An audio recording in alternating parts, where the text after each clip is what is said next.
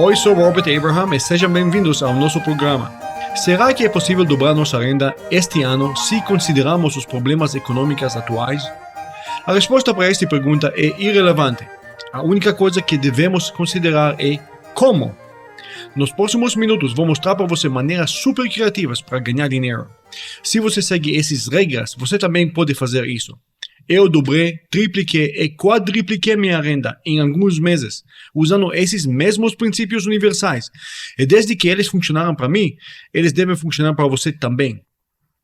O que vai seguir não é uma explicação teórica usada por muitos especialistas em motivação.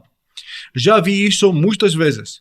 Você investe num livro ou curso e você descobre no fim que, para realmente ganhar dinheiro sério, você teria que ter muito estoque.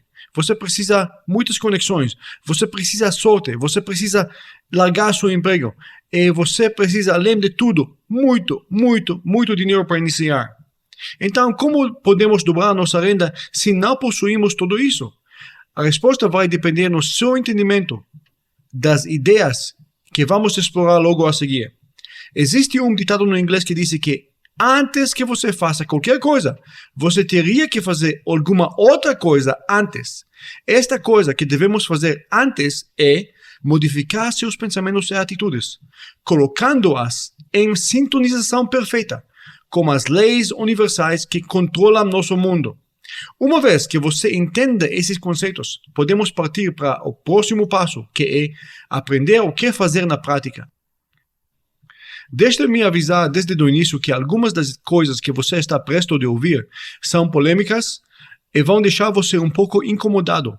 Mas se você pode suspender seus julgamentos por alguns minutos e examina essas ideias de perto, você vai descobrir uma nova maneira para enxergar e entender melhor este mundo, olhando bem debaixo dos eventos para desvendar seus causas e origens verdadeiros. Tudo bem, eis minha primeira observação. Segundo o economista italiano Roberto Paredo, todos os eventos, todas as pessoas podem ser classificadas de acordo com uma regra chamada a regra da 80-20. A regra da 80-20.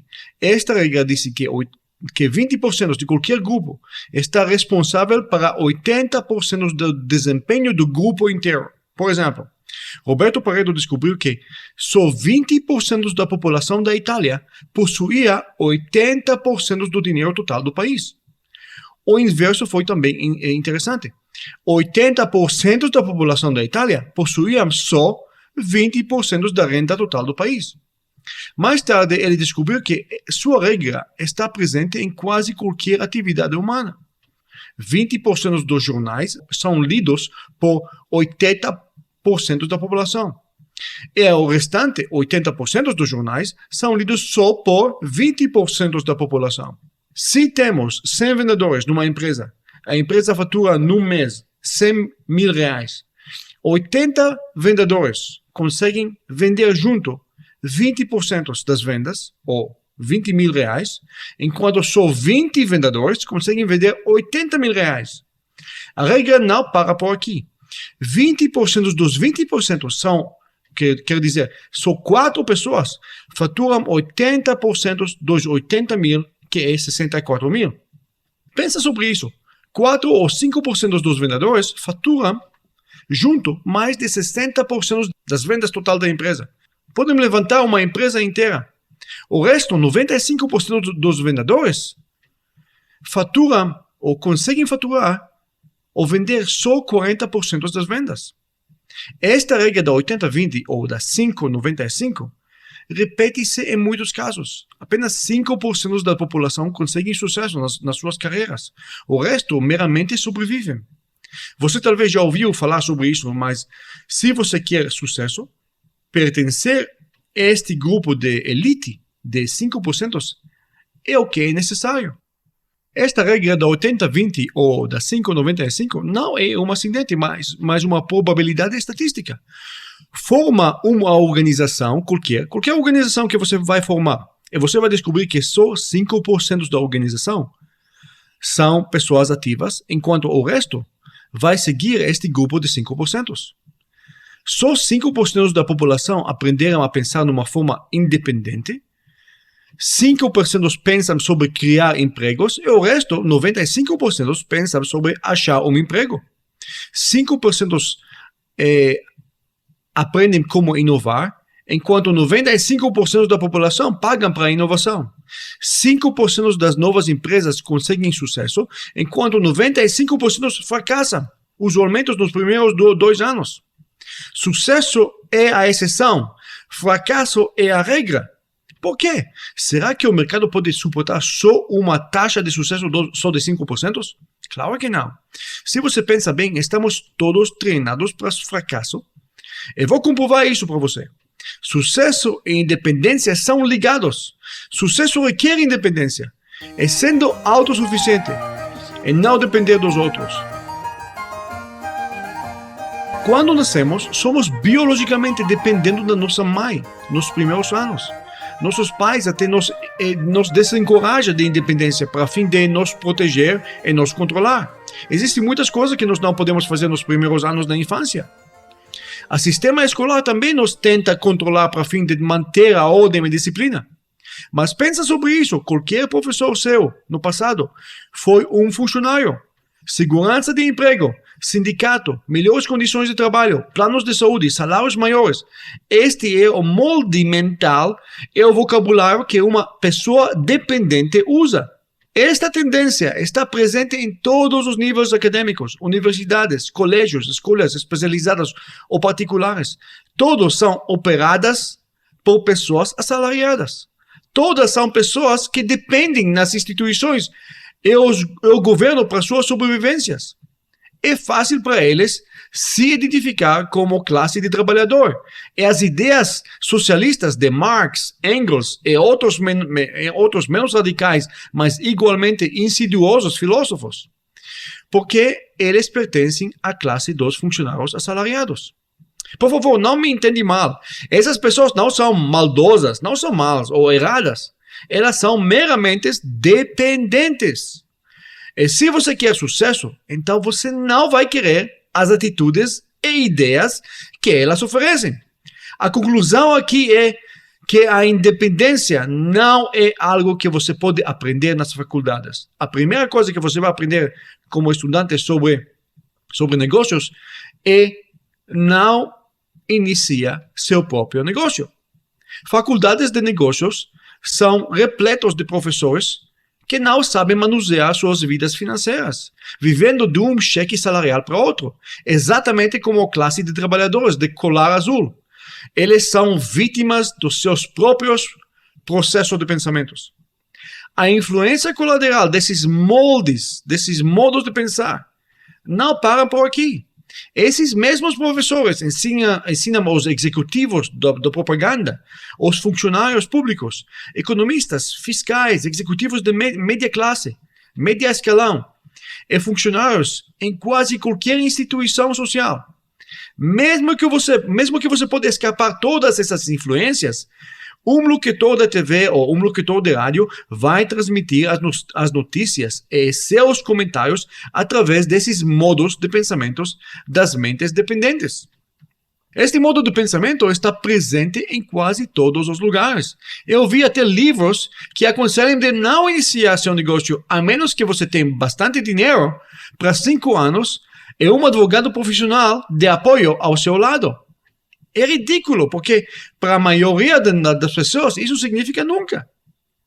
Eu não preciso dizer qual modo de pensamento criou essas ideias. E você pode imaginar quantos negócios nunca tiveram iniciado com sucesso se eles escutaram para esses conselhos. Sim, eu sei que ataquei quase qualquer instituição. Esse não é meu objetivo. Eu meramente quero enfatizar quanto difícil, quanto raro, quanto inatural desenvolver um modo de pensamento independente e atingir sucesso. Não há necessidade de ficar embaraçado se você ainda não possui esta qualidade de pensar e agir de uma forma independente. Essas pessoas que aprenderam como ficar assim, quer dizer, que ficar independentes e ficar bem-sucedidas, fizeram isso a despeito da presente influência esmagadora da dependência.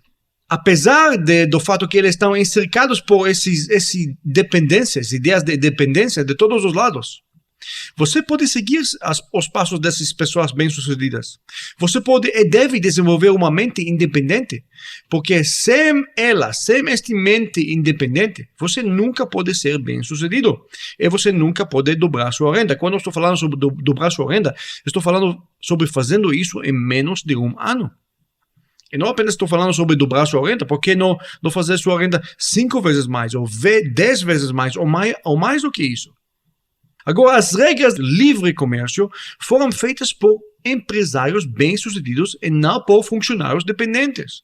Isto aconteceu no tempo da Magna Carta, onde os ricos, os nobres ricos, diziam ao rei da Inglaterra naquela época: rei, nós estamos tomando o controle agora.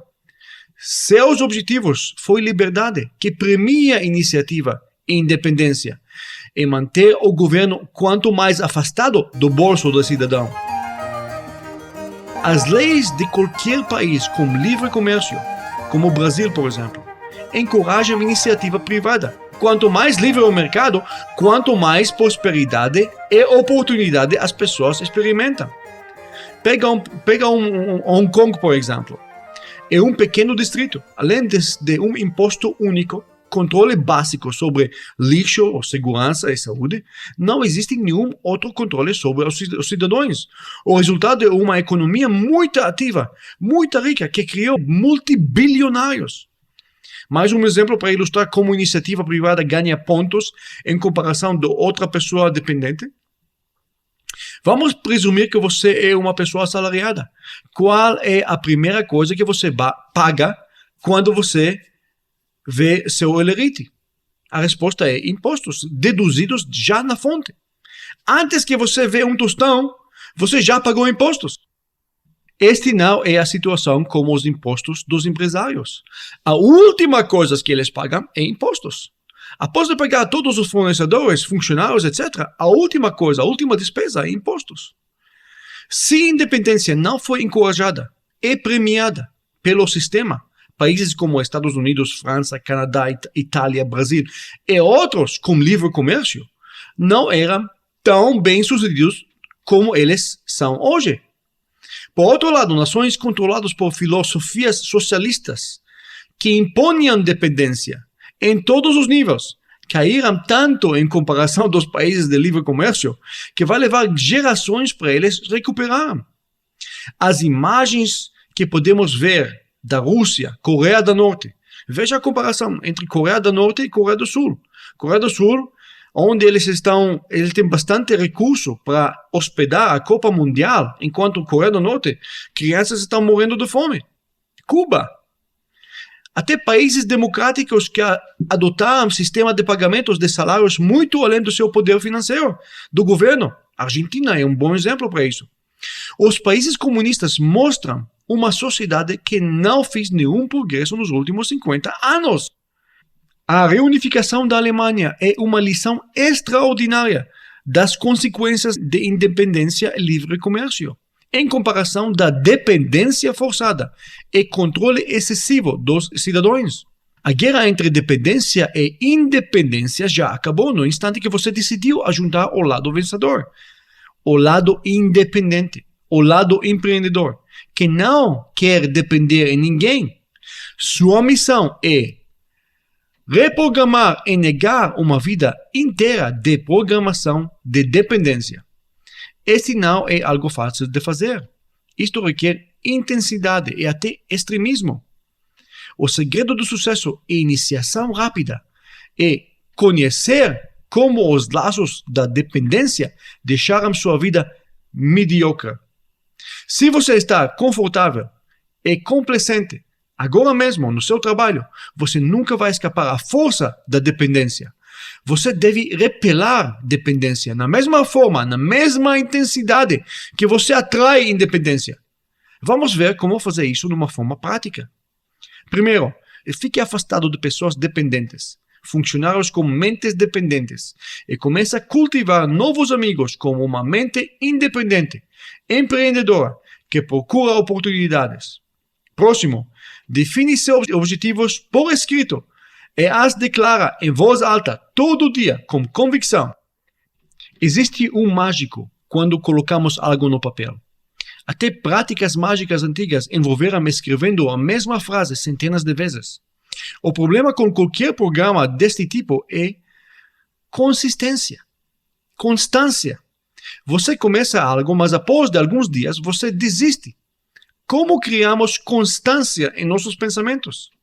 O programa Controle Mental, produto da American Seminars, item número 00045, fala sobre isso amplamente. O segredo é fazer com que você ouça seus planos ou pensamentos pelo menos uma vez por dia. Seu objetivo deve ser claro bastante. Várias pesquisas foram feitas sobre o poder de estabelecer objetivos. E o que foi descoberto é uma conexão clara entre planejamento e sucesso. As pessoas mais ricas e mais bem-sucedidas, pesquisadas, tinham suas vidas planejadas e seus objetivos claramente definidos por escrito. Planejamento foi menos e menos prevalente entre pessoas de baixa renda. Nas classes de renda mais baixa das pessoas que dependem totalmente no suporte externo, os únicos exemplos de planejamento achados em suas vidas eram aquelas feitas antes da rebelião, antes da virada do ano. Vamos fazer um exercício. Agora é o mês de dezembro, nesta gravação, e sei que muitas pessoas no início do ano fazem promessas, parar de fumar, perder peso, ser melhor pai, melhor mãe, melhor amante, etc. Eu quero saber quantas pessoas que você conhece realmente tenham nas suas listas de compromissos dobrar suas rendas.